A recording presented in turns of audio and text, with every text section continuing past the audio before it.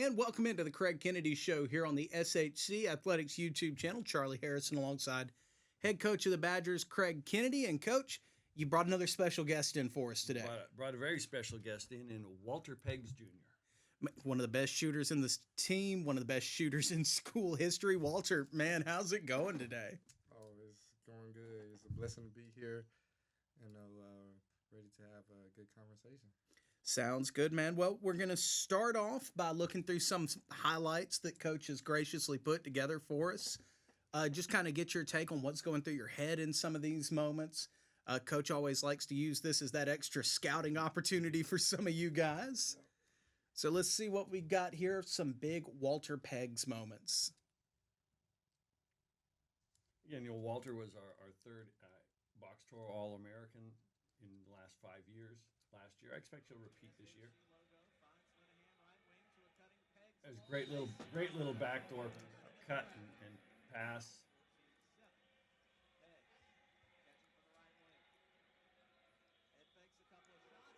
I just like to watch the coaches on opposing teams when he hits shots.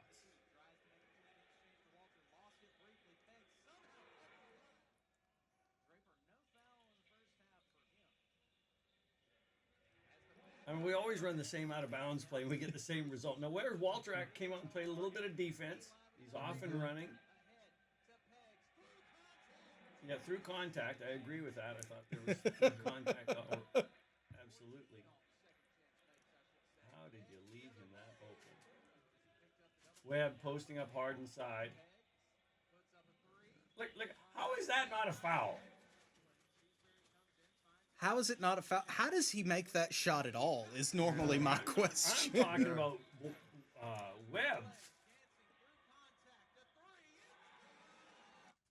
I mean, Webb, the guy had his arm wrapped right around Webb. There's three officials there. And you know what they'll tell you? Oh, that's not my area. Well, whose area is that? Not only that, like, Webb it's pretty easy to see when a guy is wrapped around him. I mean, that is a big guy in a big white jersey, so things stand out. I mean, that's got to be somebody's area. But Walter, man, I want to ask, several of those shots, I think specifically the time where you're splitting two defenders there, I mean, do you just never feel guarded, or is it just never an effective guard for you? Yeah, see, usually my jump shot, how I get up off the ground and on my release and my follow through, from all the repetition and things like that, it's like when I get up there, it's just me, So I really don't see, much closing outs, much hands. Only thing I do feel though, like I will say in that Tuskegee game, I failed when I first got it because this guy, he guarded me last year. Mm-hmm. He didn't start any other games previous for Tuskegee. But this game, the coach started him. So Yeah. I remember him from last year specifically, and he, as soon as when the tip-off happened, he came up to me, he gave me some few, rib shots, before I even touched the ball, so that's what I do feel, it's the initial contact. But as soon as I get the ball, the defender has to have, respect for my space. Right. So, that's when, I get to, all it takes for me is just a little separation, and I'm, rising up. And Walter gets up so high on his release, it reminds me of the old spiritual, nearer thy God to thee. Right. Because it's just God and Walter when you're up that high. But when I first saw Walter shoot, I looked at that shot and I thought, oh my gosh, we're going to have to do a lot of work on this. And then he hit 3 in a row, and I went, nah, we'll just leave him. He's fine by himself. Yeah. Well, I remember the South Alabama game, too. Like, I was there talking to a couple of people, and they went, it's not a traditional-looking shot. And somebody went, that's their leading scorer. And I went, oh, trust me, it's going to go.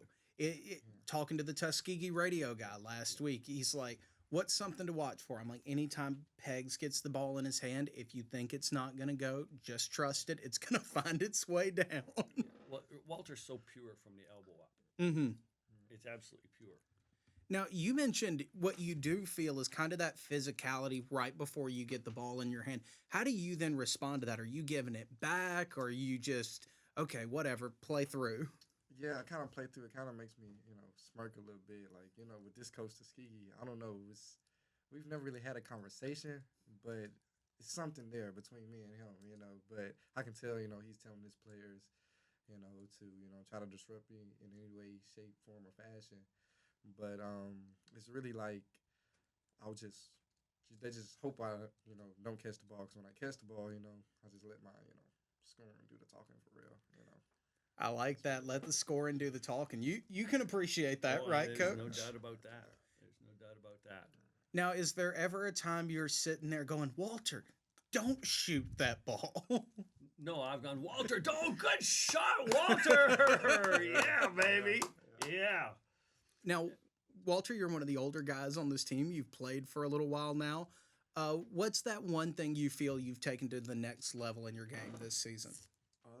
Definitely my consistency, like in the game all around with free throws, and I would say my 3-point percentage. Last year I was having, one good half, and the next half was kind of quiet.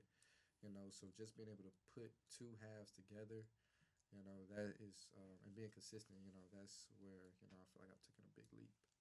Now, how do you necessarily kind of walk through that? Like, so, you walk into the first half, you may see something that's working. And then second half, there may be an adjustment that takes something away from you. How do you then find out, okay, they're doing this now, I need to adapt and do this?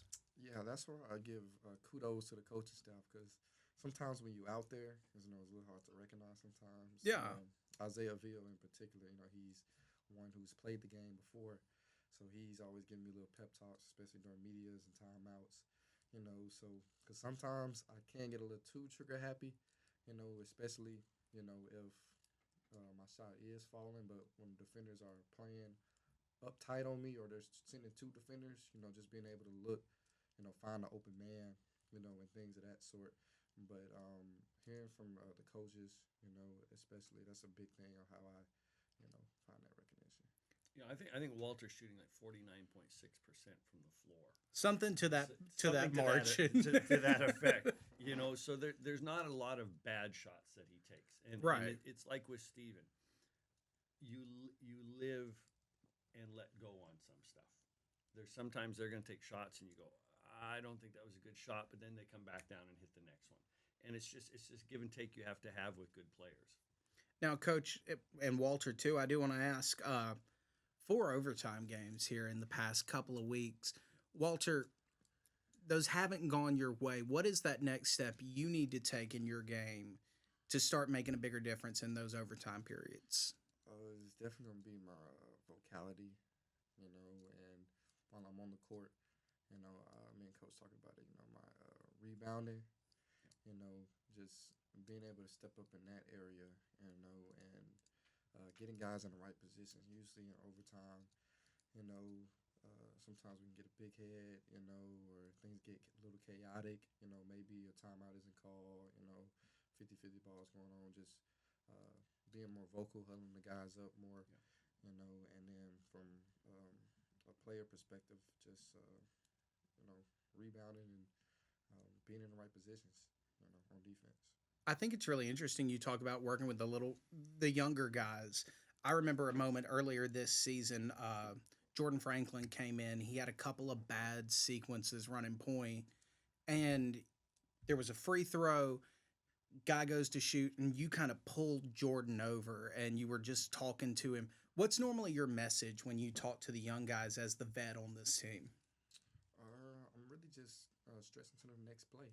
As I was telling Frank that play, when you hang your head, it carries over into the next play in basketball. It can move pretty quick. So if you're pondering on the previous play, that's going to affect the play that you got coming up. So in that situation, that's what I was, stressing to Frank. Because he came in as the point guard, so we Yeah. needed him, to be the floor general, and to call out the offense, So I was just getting his, head back on straight. Now, I want to ask too, going back to that Tuskegee game, what really stood out to me in that, specifically towards the end, the play of Rocco Lamuno and Jaden Emery out there making some plays happen. As the older guy, how nice is it to see those young guys really start to come into their own? Oh, it's very good. It's very good because those guys they train hard. They train hard, and what I saw with them in the beginning, is they was training hard, but they really wasn't getting those results. So I was there to tell them to continue to work hard and trust in your hard work, most importantly, because the results may not come that day or that game, but somewhere down the line, it's gonna be your opportunity to hit that shot. And as they're hitting those shots, they're gaining confidence. I think that's a big part of it, especially when it comes to basketball, is the confidence aspect, especially with the young guys. So just seeing them, make those shots, it's very heartwarming to me too. Just as beneficial as it is to them. So And it's so important that young guys see veteran players with the proper work ethic, you know, and it doesn't have to be so much quantity; it's quality of your work ethic, you know. So Walter doesn't waste time when he's in the gym when he's working on his reps, and it's good for the young kids because so many of them have come up through, frankly, with these personal trainers and stuff like this, where they do so many things that are not part of the game of basketball. Right. And so it's important for them to come along and see, okay, how do I have to train like a veteran player trains? And I wanted to ask you about that, coach, too. Like, how easy is it for you when you have guys who are setting the example? I mean, like, I don't think I've seen a game this season at home, especially where you get done. Walter comes out. He's going to shoot for an hour after a game. Webley's going to come out. He's going to shoot for an hour after the game. How much important is it to bring in the guys and establish that kind of culture? And that was has become historic in our program now. Yeah. It took time for our guys to understand it. Back when I was an assistant at the University of Winnipeg and we had won all our national championships, if kids didn't play half of a game, they were on the exercise bikes immediately after the game because they knew you're going to lose your conditioning because practice condition is so different than game condition. Yeah. So our kids back then had a work ethic, and I had to talk when I first came into this program to the guys about this is what good players do. Yeah. So we now have guys. Luca Ertman's one of the great ones. Bo Barber, guys who not only go in the gym and shoot, but then they'll go and lift after games as well. So they've really set an example for everybody else on how to do this. Now, coach, if you had one message for Walter about the final month of this season, what are you telling him?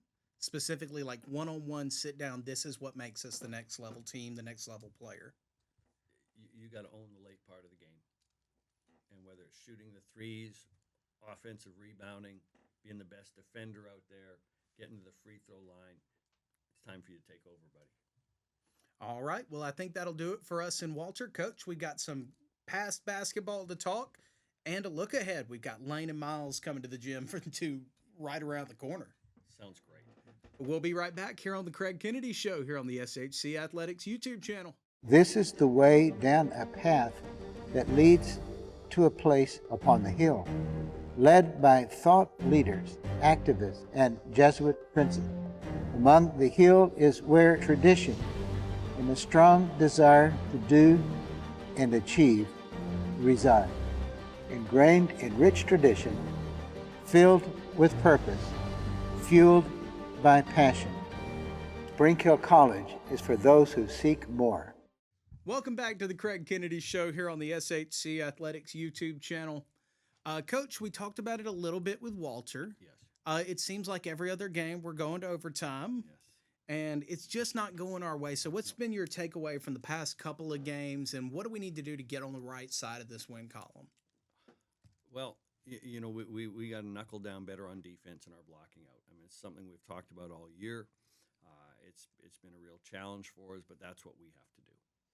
And I mean, that seems simple enough. There was a play in that Tuskegee game. Steven put up a shot. It was no good. Runs down and gets his own miss. It seems like that effort is there 95% of the time. It's just been struggling to find it in that last shot scenario. And in the last game was a bit of an anomaly, not trying to make excuses. Steven had been sick. He hadn't eaten for 2 days. I hadn't eaten for 2 days. Webley was throwing up before the game. So we had a bunch of people that weren't at 100%.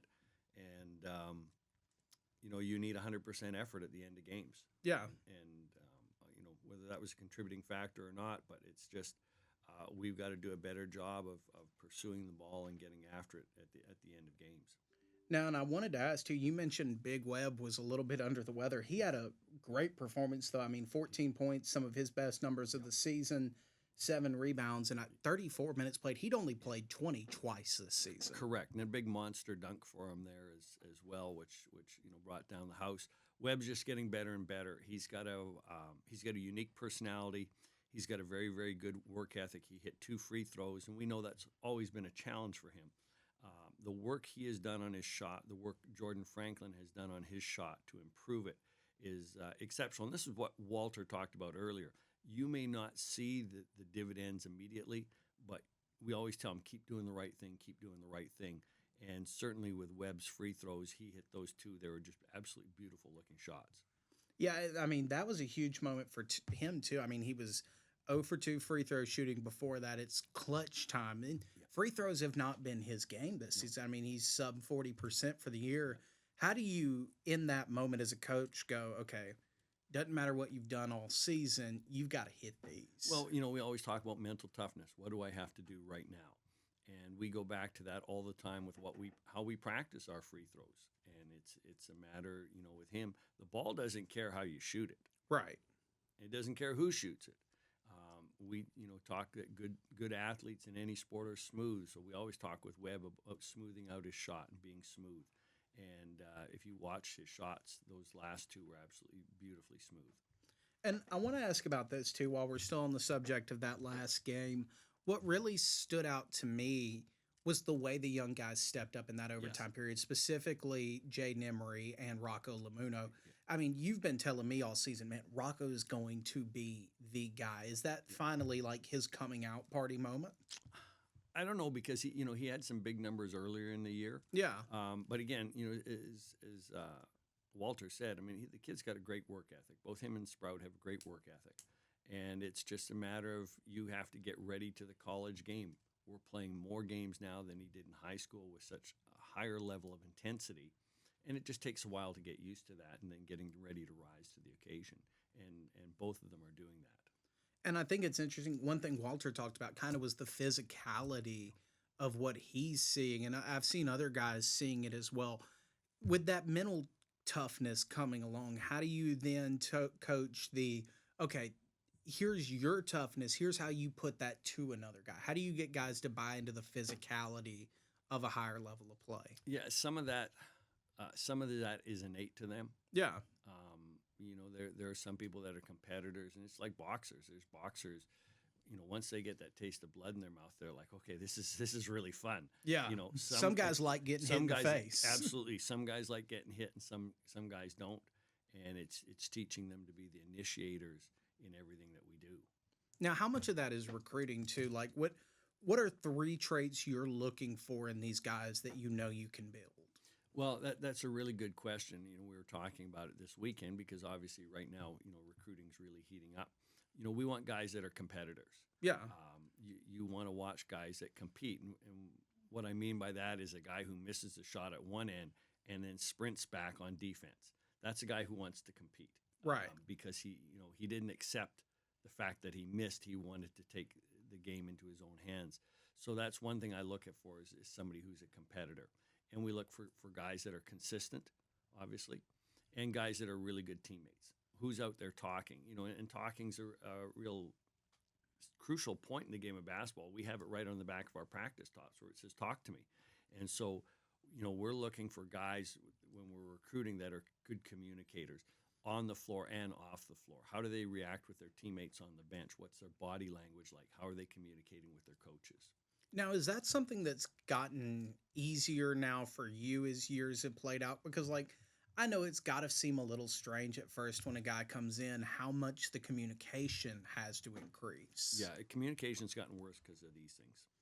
These things have really, really, really hurt basketball in many ways. And one is just communication because people don't talk as much as they used to. Yeah. They sit there and text. They'll be at the table. Look at these 2 guys over here. They're sitting there texting, and then one of them go, ha, ha, ha, ha, and they're looking. They'll be looking at the same darn thing, I mean, it's just that's the world we live in now. So it's a matter of trying to find guys. If you can find guys that are high-level communicators, that's a big deal nowadays. And I wanted to talk a little bit before we moved off of this. You mentioned just a second ago, recruiting is starting to heat up. It's February now. There's still season to play. Yep. How is that balancing act going for you guys? Because I mean, it's got to be difficult to say, okay, we've got to scout, we've got to prepare for the next game, but oh, I've got to go watch so and so down the street too. I mean, that's Yeah. got to be a huge workload increase Yeah, for you guys. it is very time consuming.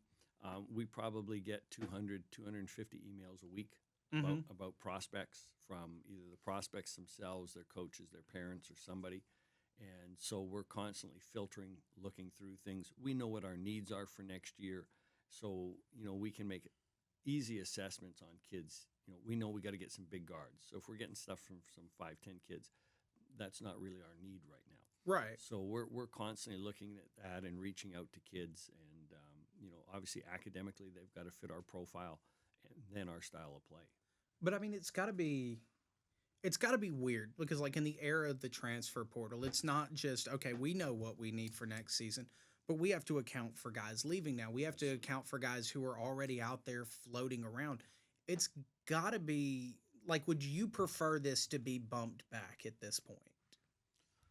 I don't. It's recruiting has changed so much. When I first started recruiting, when I was at Auburn, you had the entire month of July was a recruiting period. Right. I mean, you were gone the entire month, and they've changed that now. So we were used to once you head on the road at the end of June, you were gone for the entire month of July. Boom, Yeah. boom, boom, event after event. So you're kind of used to that mindset of recruiting's ongoing. Right. And it really is. Obviously, when we're at a level like we were at Auburn, you're recruiting kids that are freshmen, sophomores, juniors, seniors. Ours is a little bit different here. We try to recruit further down the road, but you look at a situation where we recruited Tana and Baril. Stephen and I were talking about this yesterday. Tana had one offer at an NAI. Baril had no offers. We offered both those guys, knew that they were going to be great players, and then we end up losing them a couple years later to D1 programs. So we're always trying to identify guys that are going to fit, and then having a list of guys. Okay, this is our number one guy. If we don't get him, we like this guy. He fits. So basically, like you see kind of the NFL guys do with their draft board, it's like, okay, if this guy's still on the table, we know we want him. And Correct. how do you sort that out too? Because I mean, there are some recruiting limitations to a D2. Like if Oh, a guy's sitting there absolutely. on the edge going, okay, I could go to this D1 school and sit, I could go to this D2 school and play. What does that recruiting pitch then look like for you to be like, this is where you need to be? Yeah, it's a good question, Charlie, because there's kind of a benefit for us right now because so many people are waiting on the transfer portal Right. that we can get in on some good high school kids, and I think we've done that. And then it's telling them, listen, do you want to be a big fish in a little pond, or do you want to be a little fish in a big pond? There's guys that we call their jacket players. Mm-hmm. Right? All they want is the jacket, and they want to be on a team. And it's mom and dad went to this school, so I want to go to that school. That's the alma mater, and that's where I want to go. I don't care if I ever play. And Right. we understand that. And then there's guys that they don't care if the team wins or not. They just want to put up big numbers. Right. And then there's guys who want to go someplace and make an impact and grow and get better. And those are the kind of kids that we're trying to attract, that we can help you get better here. Our track record has been pretty good. 3 Box Toro All-Americans in the last 5 years, multiple all-conference players, and now it's trying to get the whole team to the next level. And I mean, that's pretty evident in the way this team is built now. I mean, you mentioned it earlier with Walter. He's probably going to go for those kind of all-American figures again. And he's a guy, you look, he didn't have the playing time he wanted at Tennessee Tech. He had his chance to come down here, get the development, and then take his game to that next level. Yeah, and we've had good success. We've had a couple guys who have gone overseas and played, and so that's kind of the next level now, is to help our guys who want to go overseas and play somewhere. And then it's say, listen, this is what you do really well, but these are areas you need to work on also. Now, does that ever factor into when you're developing a guy like, okay, here's your goal, here's where you want to be? Whereas, we talk about some of these European leagues, it can be a completely different style of play. So how much is it, okay, here's your goals, here's what we want to mold you to do versus here's what you just need to be a better basketball player? Yeah, and you look at Walter. I mean, he's going to be a fan favorite wherever he goes. Yeah. The kind of shots that he makes. The kind of shots he makes. He is easily one of those guys to me that you can see just by the way he looks, just by the way he carries himself out on the court. He's going to be somebody that people buy into. They will. They'll identify with him, and he's got a nice future ahead, and we want that future to finish up really strong here with our next few games, and then going into the conference tournament. Now, you mentioned it, those next few games coming up. We've got Lane coming up. Talk about the advantages of playing a team you've already beat, and what do you have to do to kind of replicate that success? Yeah, we were really pleased with the way we'd played at Lane, Mm-hmm. being able to take a lead and hold a lead. And so then it's again, we tell our guys, everybody's coming in here, their mindset's coming in, hey, they want to split on the road. Well, Mhm. we want to hold home court. So we know that they like to press in the past. They're going to get out and try to run. And they got one kid who can shoot the ball pretty well. We've got to limit him. I thought we did a really good job. Coach Meyer did a great job on the scout with them, that we just try to limit his touches, and then we can kind of play from there. Because we've got a lot of depth. We're hard to guard, especially the way Webb's playing right now. His posting up is so hard and so demanding that it takes attention, and now that leaves other guys more open. Now, I want to ask too. One thing that stood out to me in Tuskegee, and you've said this a couple of times, we're going to go where Tim Riley is going to take us. He's had some foul trouble the past couple of games. How do you then get him into the mindset of, this is what I want to do on the court? I want to be this aggressive guard guy. I know I may pick up fouls, but at the same time, you need him out there. So how do you get him to make that transition? Yeah, and unfortunately, Tim picked up a couple that were really quick. He had two on the same possession, if I'm not mistaken. Absolutely, and it's for Tim. It's getting ready from warm up Mm-hmm. into getting ready to impact the game. Now, what does he necessarily bring to the table that makes a difference for you guys in game? Well, Tim's shot blocking ability, when he gets in the defensive mindset, he can really affect the play with his shot blocking. Yeah. Coming up particularly from help side over, getting over to block shots is important. And then once he starts getting loose and getting down and dunking the ball, and the fact he can step out and shoot the threes, and it's for Tim, like any player, it's a matter of just being consistent. And I like the kind of 1-2 punch you're getting out of him and Webley right now. You're still getting that defensive value, but it seems like at times, whereas Tim is right there at the rim, right there on the three-point line in the corner, whereas Webb is really starting to come into that mid-range shot. It gives you a really nice 1-2.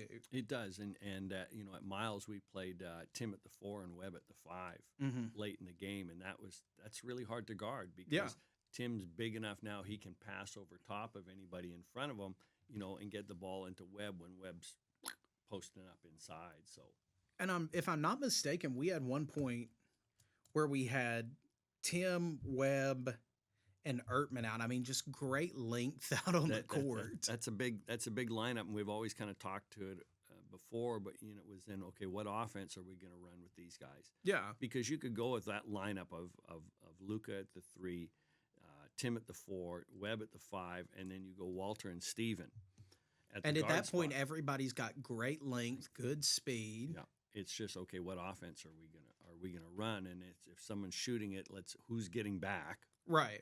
While the others all crash the boards. And I think it's really interesting. We've talked about different offensive looks and everything out of that bigger lineup.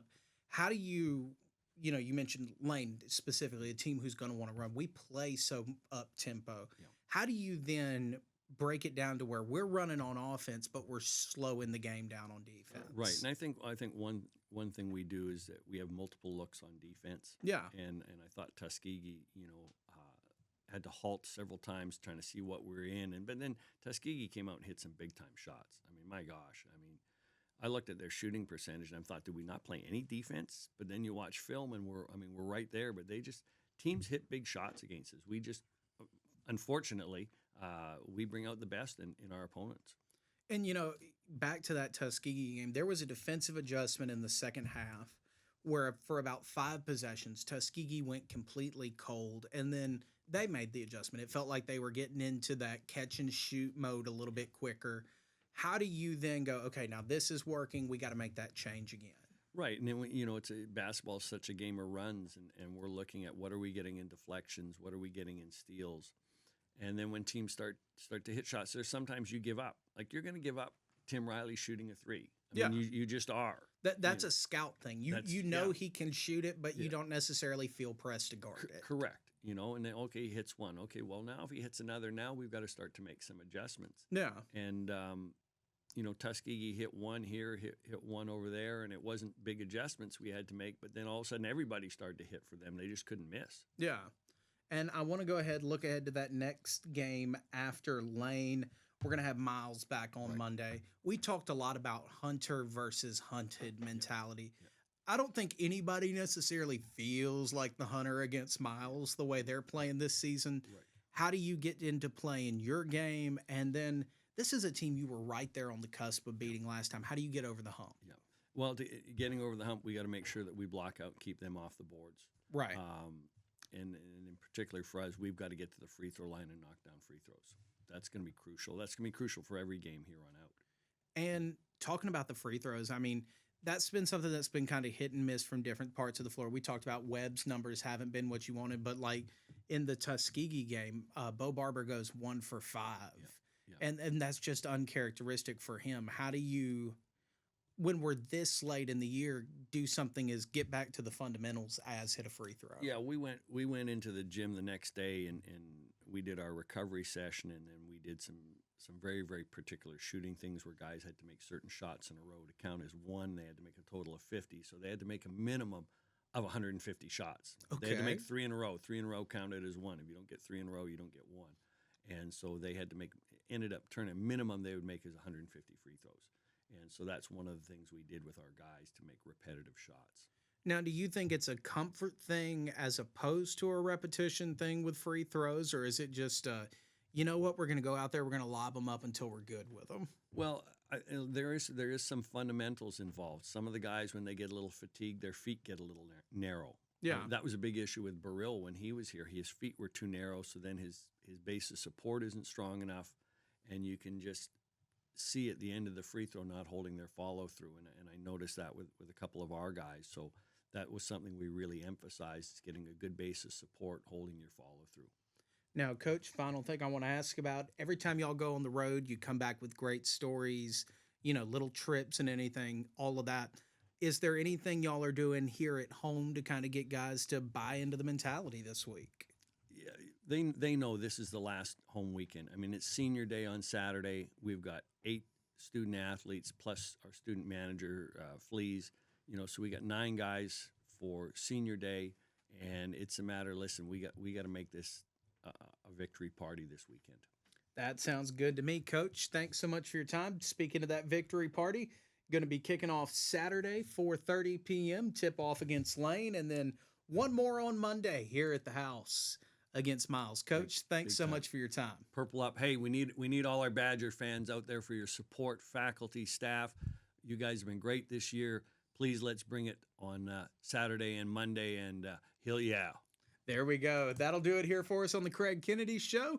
We'll be back again next Wednesday. Make sure you tune in here on the SHC Athletics YouTube channel.